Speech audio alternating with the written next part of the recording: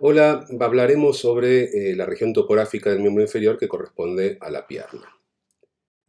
Con respecto a la pierna, nosotros hemos visto en las clases anteriores que los huesos que conforman esta región son la tibia y el peroné. En la clase anterior hemos hablado de características generales de estos huesos. Lo interesante acá es recordar que tanto la tibia como el peroné, dos huesos largos, se encuentran articulados en tres lugares específicos, a través de tres articulaciones. Una que tiene que ver con la articulación tibio-peronea superior, otra que tiene que ver con la articulación tibio-peronea inferior, y entre medio de los huesos, en su parte del cuerpo, en sus diáfisis, a través de una membrana interósea, muy parecidas, casi iguales, a las que encontrábamos justamente en el miembro superior entre el cúbito y el radio. Entonces, tener en cuenta que las articulaciones propias de la pierna corresponden a esta articulación tibio-peronea superior, que es una articulación diartrosis sinovial plana, la membrana interósea entre la tibia y el peroné, que es una articulación sin artrosis fibrosa, clasificada como membrana interósea, como su nombre lo indica, y la tibio-peronea inferior, que es una articulación sin artrosis fibrosa del tipo sindesmosis. Acá quiero aclarar que esta articulación que veremos en la clase de pie, en la antigüedad, años anteriores, se la clasificaba como una articulación del tipo diartrosis plana. Pero en la actualidad, y en la actualidad que me refiero es en la clasificación a partir de la terminología anatómica y al uso clínico de esta articulación, se la considera en este momento como una sin artrosis, sin desmosis, o sea, una articulación formada simplemente por ligamentos. Aclarado esto, vamos a ver y hablar un poco de la membrana interósea, que dentro de la pierna es una estructura bastante importante. La membrana interósea es, como les decía, una articulación del tipo sin artrosis fibrosa. Esta membrana interósea nos permite, al igual que sucedía en el miembro superior, en el antebrazo, poder dividir topográficamente o compartimentalizar a esta porción del miembro inferior, generando un compartimento anterior y lateral y un compartimento posterior. Las estructuras quedan divididas gracias a esta membrana interósea, como ustedes pueden ver en el corte transversal o axial que está en la pantalla. La membrana interósea se va a insertar por dentro del borde externo de la tibia y por fuera de la cresta longitudinal o cresta interósea que tiene el hueso peroné. En su cara posterior vamos a ver que tiene inserciones musculares.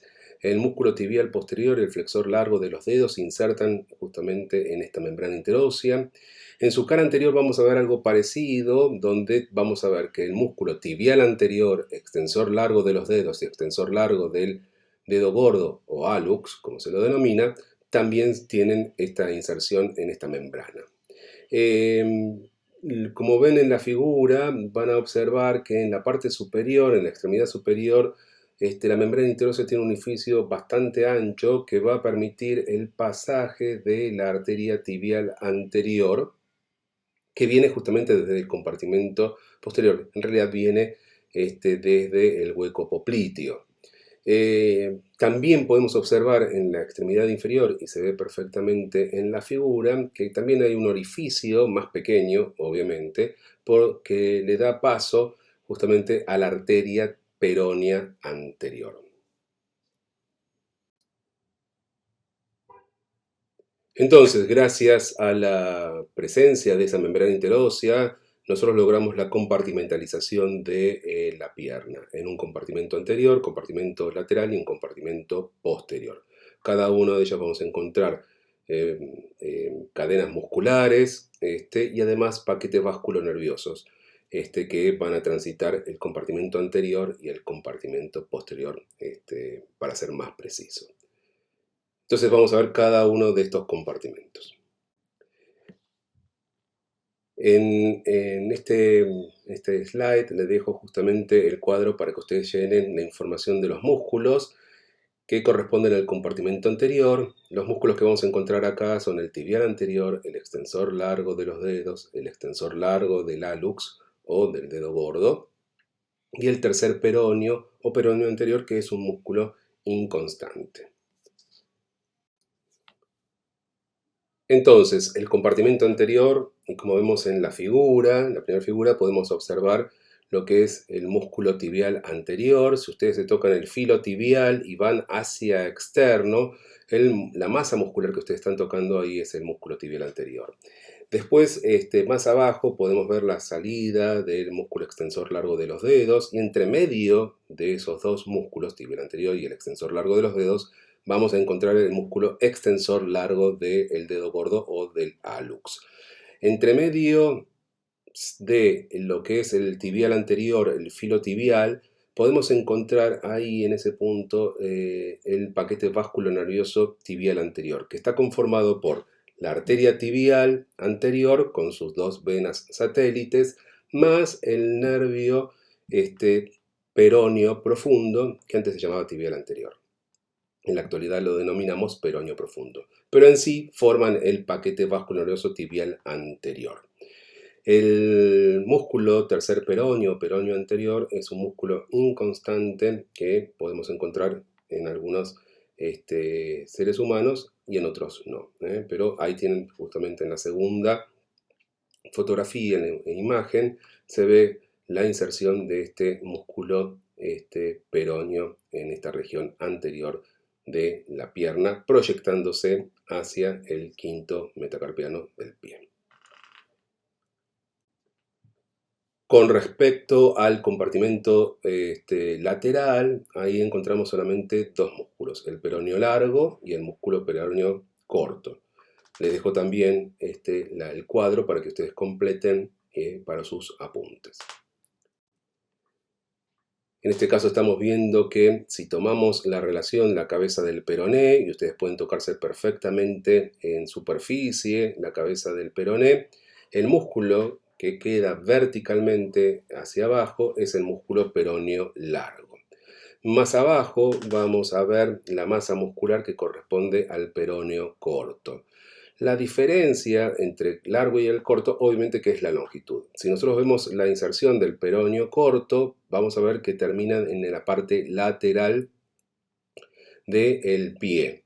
En cambio, el peroneo largo lo que hace es pasar por la planta del pie para ubicarse al otro lado, o sea, va a ir a buscar el lado interno del pie. Vamos a verlo en una imagen más adelante. Esa es la diferencia.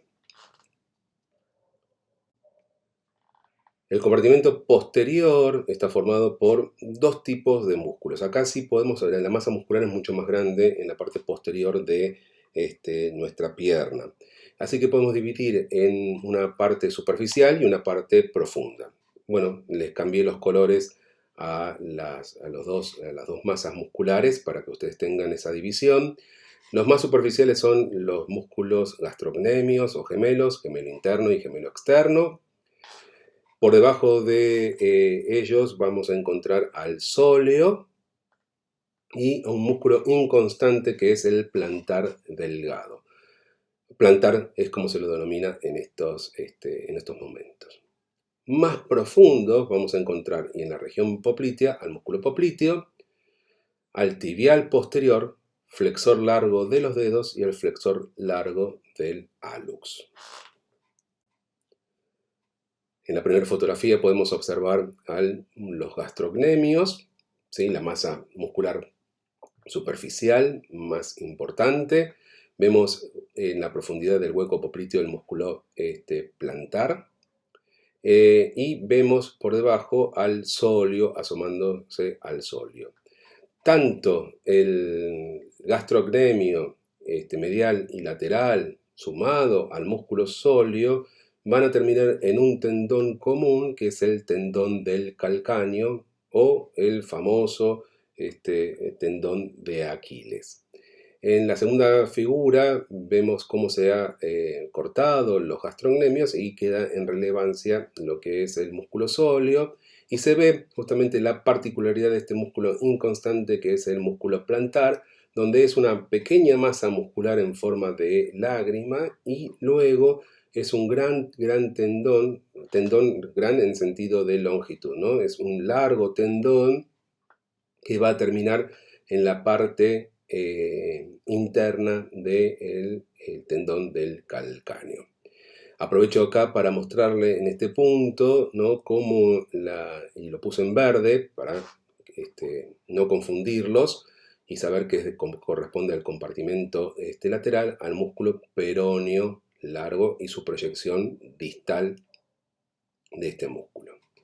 En la tercera figura podemos observar en la profundidad el plano más profundo, ¿sí?, de los músculos. Vemos ahí al sóleo, pero podemos encontrar acá al músculo tibial posterior, al flexor largo de los dedos, al flexor largo del dedo gordo. Y ver justamente cómo se proyectan. Estos tendones musculares, van a proyectarse sobre lo que es el maléolo interno, generando parte del contenido que nosotros denominamos canal retromaleolar interno. Por ese canal retromaleolar interno vamos a ver en pie que podemos encontrar el paquete vasculonervioso tibial posterior, que está compuesto por la arteria tibial posterior, las venas tibiales posteriores y el nervio tibial. Esas estructuras vasculares y nerviosas, al pasar por este canal retromaleolar interno, ingresan a la planta del pie, dando sus ramas terminales. Vamos a encontrar que la arteria va a darnos las arterias plantares interna y externa, o lateral y medial, y el nervio va a dividirse también de esa forma para darle inervación a la planta del pie y a sus músculos y a las estructuras que nosotros encontramos en esta región. Cabe hacerle a ustedes una pregunta, que se los dejo para que lo contesten, que es: ¿a qué se llama quiasma sural y quiasma plantar? Ahí señalado en la última imagen. Bueno, como ven, es bastante cortito lo que tiene que ver con lo que es la pierna, ¿sí? Nos falta hacer integración de la parte vascular y nerviosa. Muchas gracias.